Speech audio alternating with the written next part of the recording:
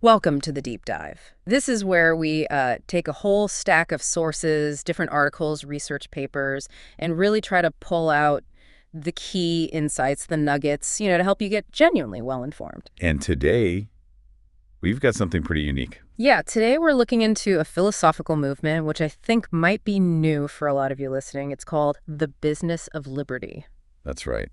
And at its heart, there's this big initiative they call the Great Discovery AI Super Campus. Okay, so the business of liberty, AI Super Campus. What really jumps out from the sources right away? Well, what's really striking is how they frame it. It's described, believe it or not, as a global gift in the spirit of the Statue of Liberty. Okay, that's quite a statement, a global gift. Yeah, but here's the really critical part, the origin they claim. It's not from, the big tech companies you might expect. Right. Instead, it's positioned as coming from the people and stakeholders of the American Constitution. Interesting. So sort of grounding it in that tradition. Exactly. And this frames the whole thing as a gift of, well, alternative independence. That's the phrase they use. It suggests something fundamentally different from, say, corporate-driven tech. That distinction is fascinating right off the bat. And the sources, they're pretty specific about who this gift is actually for, aren't they? It's not just a general thing. Oh, absolutely not. Very targeted. They mention podcasters who want to create real transformation, not just content. Course creators looking for something called digital equity. Small business owners who need to scale but are maybe intimidated by all the tech complexity. Yeah, the overwhelm is real for many. Exactly. And even networking leaders who are ready for what they term AI fusion, whatever that might fully entail. Okay, so specific groups. And connecting this back, you mentioned this idea of repackaging the American dream. How does that tie in? Right. That seems to be the grand vision.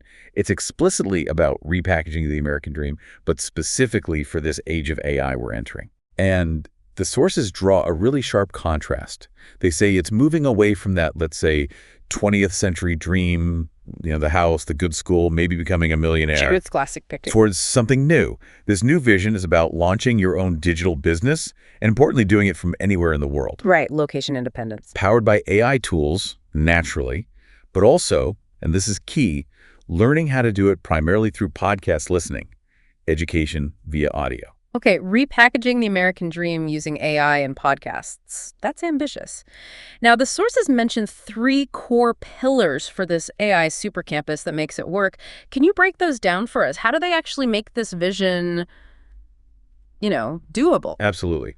So the first pillar, and they really emphasize this as the core, is AI podcast listening. Okay. But it's not just sticking on a podcast in the background. The sources frame it as a mobile-first, hands-free education method. Right, so active learning, not just passive. It's exactly. Designed to fit into your life. So think about learning valuable skills while you're commuting or exercising or, even just doing chores around the house. Using that dead time. Precisely. Leveraging habits you already have, turning that time into, deep dive learning time. Okay, so that's the foundation, listening. What's the next step? That leads to the second pillar, which they call the AI Audible Knowledge Channel. Audible Knowledge Channel.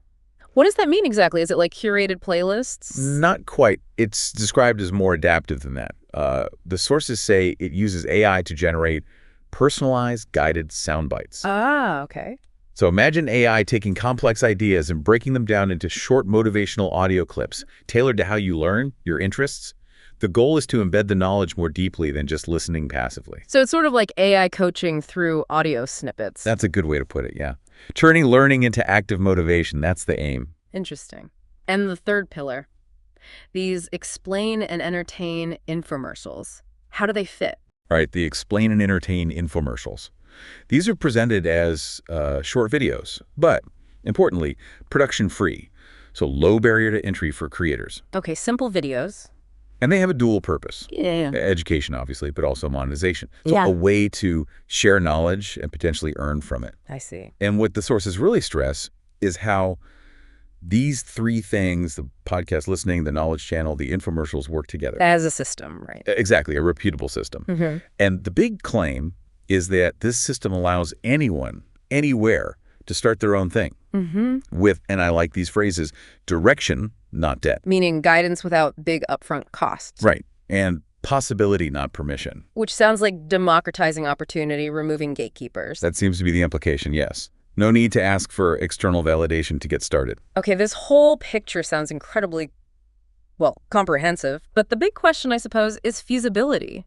How does something this ambitious actually become doable for, the average person? The sources talk about simple common sense. Yeah, they do emphasize that. But how do they plan to cut through the noise? There's so much audio content already.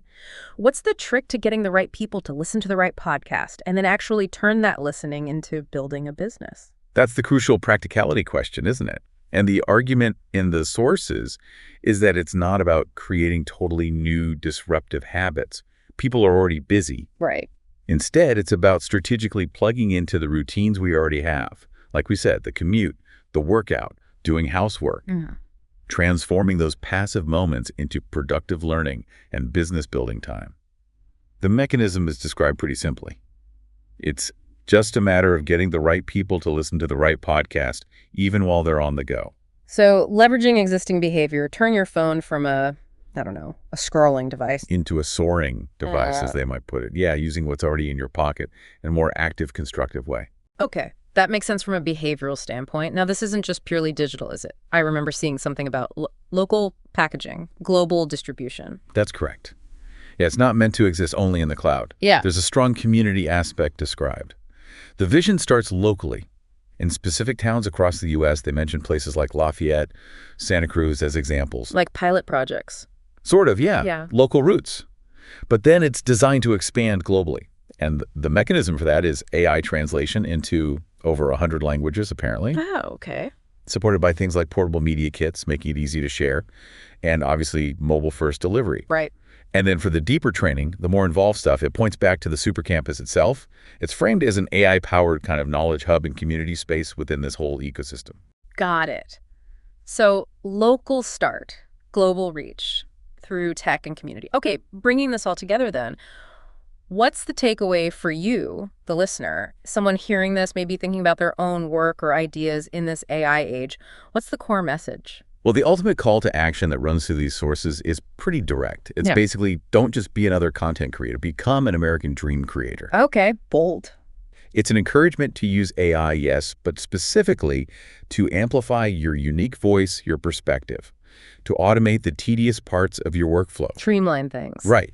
And to genuinely activate your audience, connect with them. So whether you teach or coach or sell something or just tell stories, the promise outlined is that you can take your specific knowledge, your wisdom? Exactly, your wisdom, and package it into something valuable and shareable, and potentially monetize it globally. The message really boils down to, this is your moment, this is your microphone, this is your message to deliver.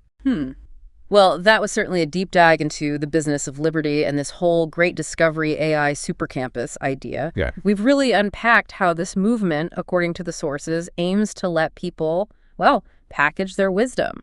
Yeah, package their wisdom and distribute their value globally, making that shift from just passively consuming information. Right, endless scrolling. To actively building a business, or at least a valuable project from it. And what really seems to stand out looking back at the sources is this focus on making it practical.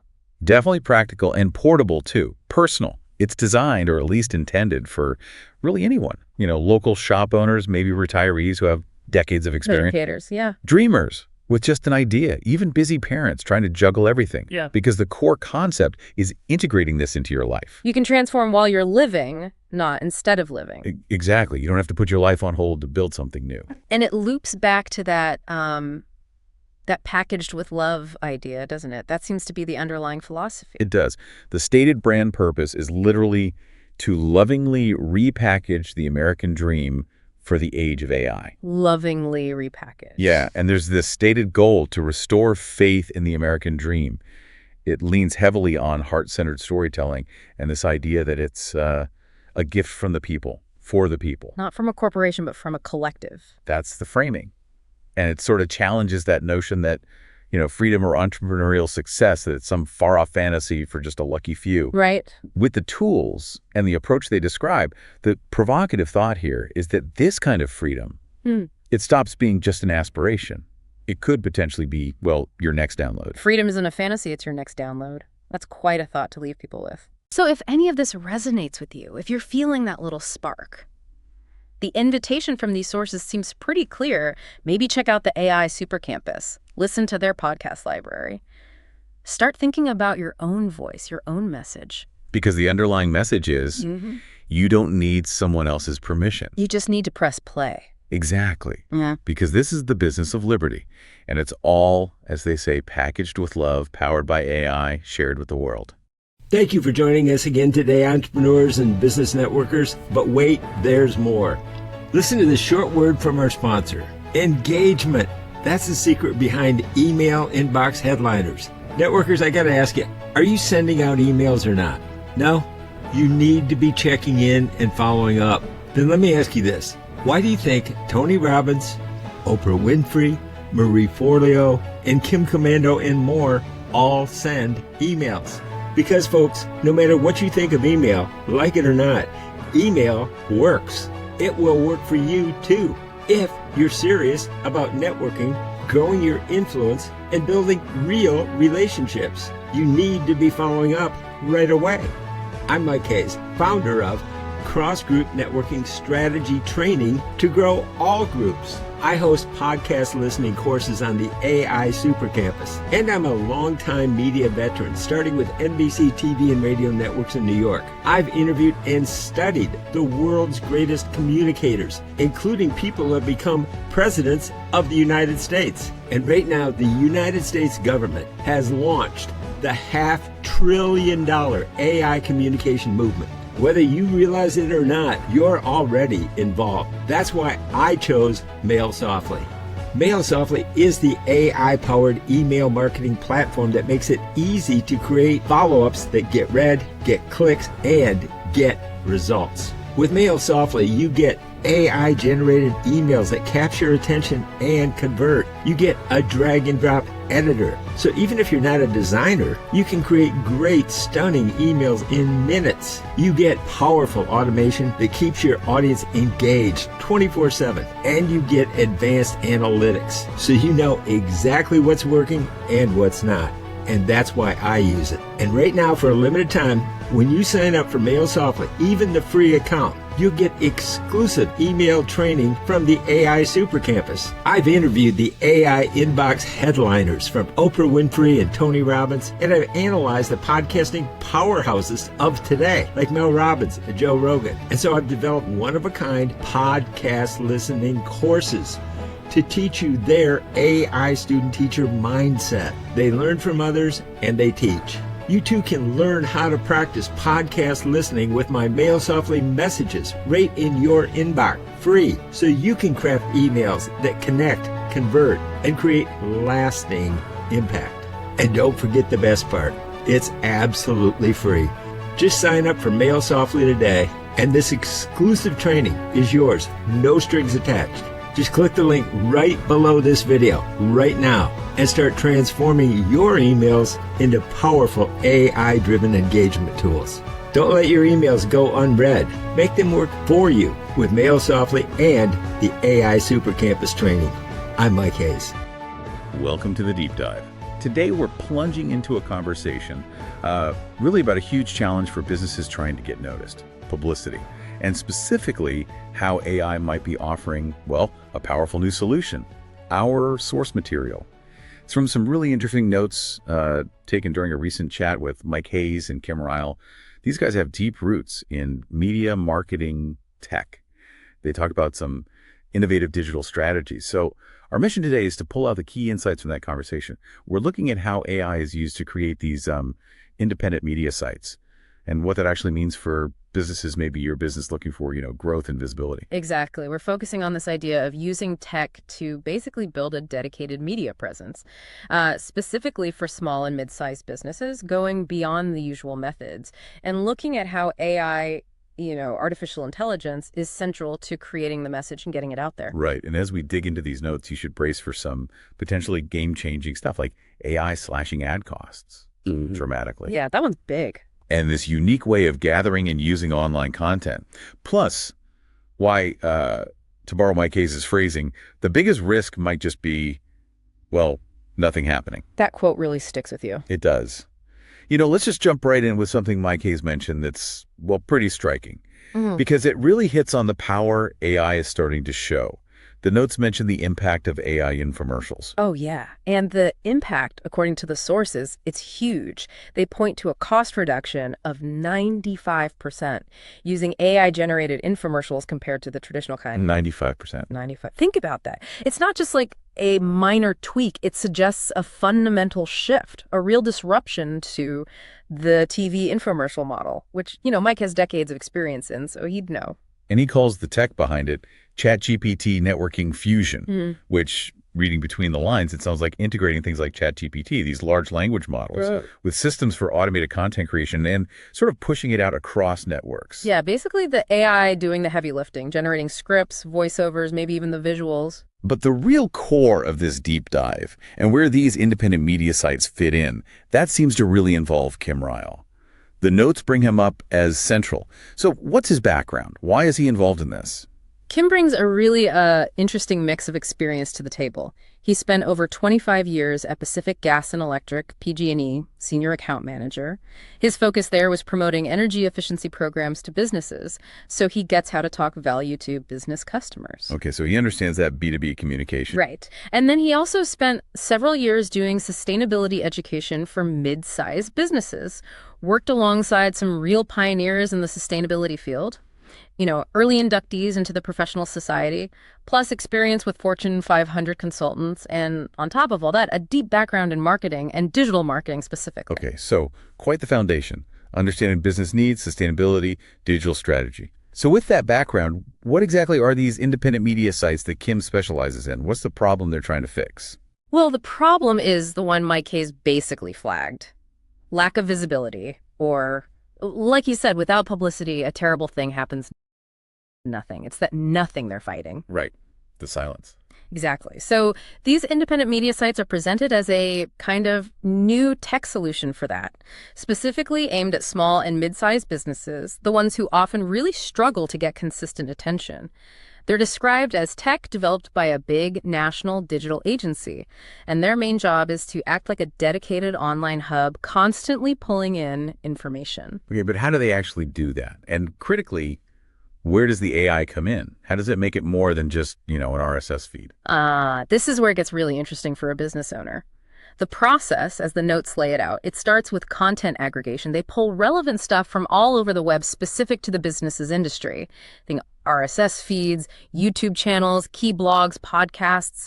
But, and the notes stress this, it's not just everything, it's curated. It has to be representative and useful. Okay, curated aggregation. Makes sense. Yeah. Then comes the AI enhancement. And this is like the secret sauce. The AI looks at all that content it pulled in, figures out the topics, the themes, and then uses that understanding to generate brand new original content, which then gets posted on the business's own independent media site. Wait, so it's not just sharing a link or a snippet. The AI is actually writing new stuff based on the topic. Exactly. That's the idea. It's creating fresh text. Could be summaries, short articles, insights, derived from that curated material. And the goal here is authority building. By constantly having new, relevant, original content showing up on their site, the business owners start to look like active participants, like authorities in their industry's conversation. Okay, I see. So it makes them look like they're constantly on top of things. Precisely. And this also fuels automated promotion.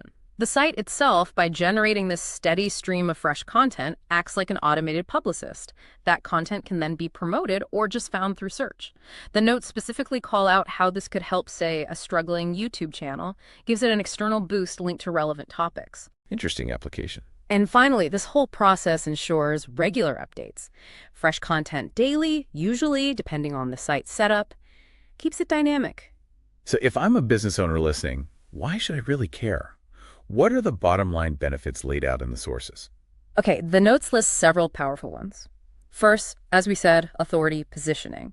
This stream of content positions you as a leader and expert. That builds trust. Huge. Right. Trust is everything. Second, expanded reach. It helps you connect with potential customers you might never have reached otherwise through traditional ads or even just SEO.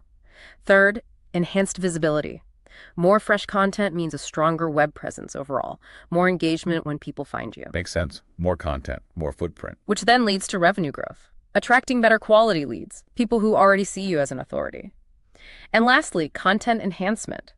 It actually creates a platform for the business owner to add their own custom content. Like maybe you do an interview or write a deeper piece. It gives that content a home and leverages the site's momentum. It really sounds like it's all geared towards solving that fundamental problem. You might be great, but does anyone know? Which dives right back into Mike Hayes' background, doesn't it? His experience is all about media getting seen. Absolutely. His story's fascinating. Started at NBC TV and radio networks in New York. He was just 22. Got trained in documentary production, research skills focused on finding unique angles, asking better questions. Not just churning out noise. Exactly. He's a 2-time Peabody Award winner as a director. That's a major recognition for impact. He really stresses asking unique questions over just, making more content for content's sake. Plus, decades in the TV infomercial world. So he knows direct response, cost pressures, and he covered like 1 to 3 trade shows a month for 15 years. Imagine seeing all those businesses desperate for attention. Wow, yeah, that's a perspective. So bringing his media savvy together with Kim's business and digital focus, it totally makes sense. They'd land on this publicity challenge. And that quote from Mike, it just hammers it home. Yeah. It really does. The notes highlight it like a thesis statement for this whole thing. Without publicity, a terrible thing happens. Nothing. All the work, the product, the service, it's almost pointless if nobody knows. And this technology, these media sites, they're presented as a direct way to make sure nothing doesn't happen. Gotcha. Okay, briefly, the company is Green Bison Digital. The notes mention the name choice. What's that about? Yeah, it's described as a climate-focused digital media agency. So green is for the sustainability angle. And bison, well, the bison was recently named the U.S. national mammal. That- Represents power, being top of the food chain in America. Okay. Strong imagery. Right. And the notes also mention Kim has Midwest roots, where bison are, so there's a personal tie-in too. It's meant to convey like strong, sustainable presence. Okay. So who is this tech actually for? Who's the target listener here, according to the sources? The audience is pretty broad, but it zeroes in on that need for visibility. Definitely small and mid-sized businesses. Really any business that feels invisible online. Professionals wanting to build authority. Authors trying to promote books. Home improvement pros looking for local leads. Fundamentally, anyone who needs a more consistent flow of customers. So if you're listening and thinking, yeah, that's me, the sources actually give some direct next steps. What can people do if they want to explore this? Yep. The notes point interested businesses to visit greenbisondigital.com. That's greenbisondigital.com. You can get in touch with Kim Ryle there, have a consultation, see if a media site makes sense for your specific situation. They also mention Mike's site, AI Audible. That's aiaudible.com. As an example, you can see one of these implementations live there. Right, so you can check out greenbisondigital.com. And there we have it. We've done our deep dive into how these AI-enhanced independent media sites, championed by people with serious cred like Kim Ryle and Mike Hayes, are really aiming to tackle that core business challenge: getting seen, using automated content, using publicity, building authority, expanding reach. And it all comes back to that powerful quote from Mike Hayes, the one underpinning this whole strategy. Without publicity, a terrible thing happens. Nothing. This tech is framed as the antidote to that nothing. So here's a final thought for you to chew on, based just on what we've discussed from the sources. If AI can now not only gather info, but also generate what's presented as original content, and automate the whole process of getting that content, and by extension, your business noticed, well, how might that change our fundamental understanding of who counts as an expert, or what authority even looks like in the digital world going forward? Something for you to consider as you think about your own challenges with visibility.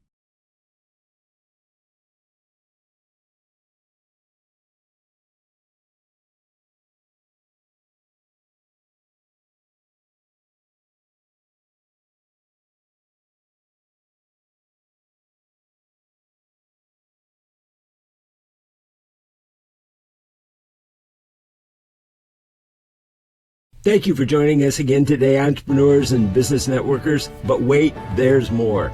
Listen to this short word from our sponsor. Engagement. That's the secret behind email inbox headliners. Networkers, I got to ask you, are you sending out emails or not? No? You need to be checking in and following up. Then let me ask you this. Why do you think Tony Robbins, Oprah Winfrey, Marie Forleo, and Kim Commando and more all send emails? Because, folks, no matter what you think of email, like it or not, email works. It will work for you, too, if you're serious about networking growing your influence, and building real relationships. You need to be following up right away. I'm Mike Hayes, founder of Cross Group Networking Strategy Training to grow all groups. I host podcast listening courses on the AI Super Campus, and I'm a longtime media veteran, starting with NBC TV and radio networks in New York. I've interviewed and studied the world's greatest communicators, including people who have become presidents of the United States. And right now, the United States government has launched the $500 billion AI communication movement. Whether you realize it or not, you're already involved. That's why I chose Mail Softly.